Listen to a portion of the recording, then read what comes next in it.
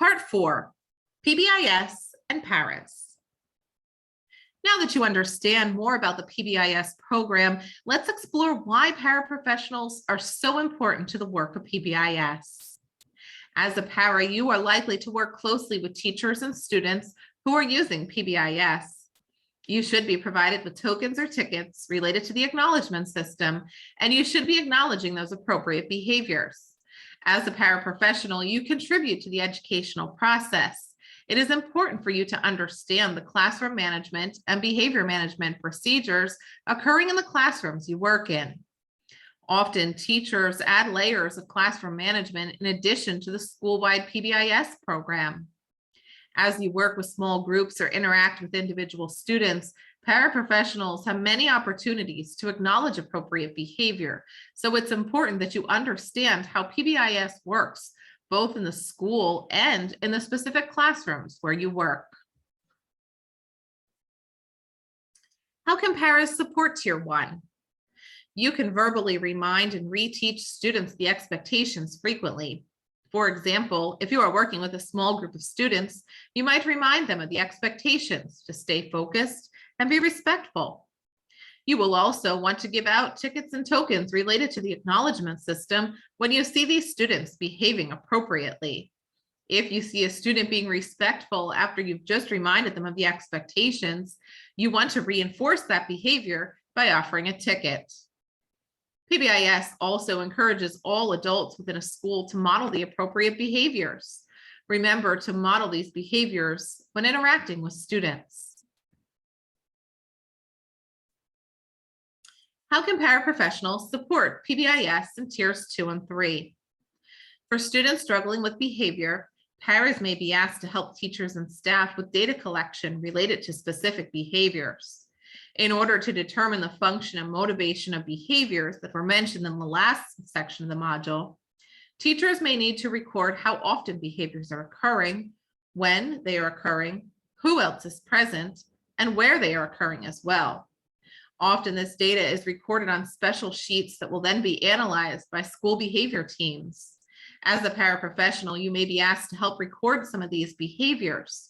When working with students who struggle with behavior, reteach and remind students of expectations frequently. You may also support teachers with interventions.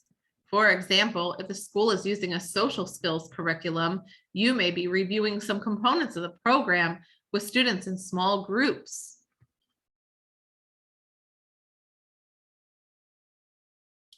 The best thing you can do to support PBIS and students is to be positive. PBIS is built upon the idea that we praise and reward children when we see them using what they have learned. We want students to behave appropriately, but we also want them to feel accomplished and to feel good about themselves. Praising children is good for everyone. It makes everyone involved feel good. Here's another stop and think. When is the last time you received praise? How did it make you feel?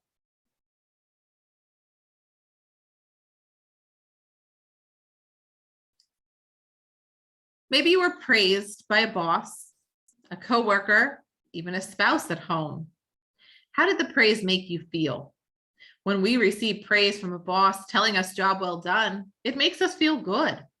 We take pride in our work and we're more likely to continue doing our job well.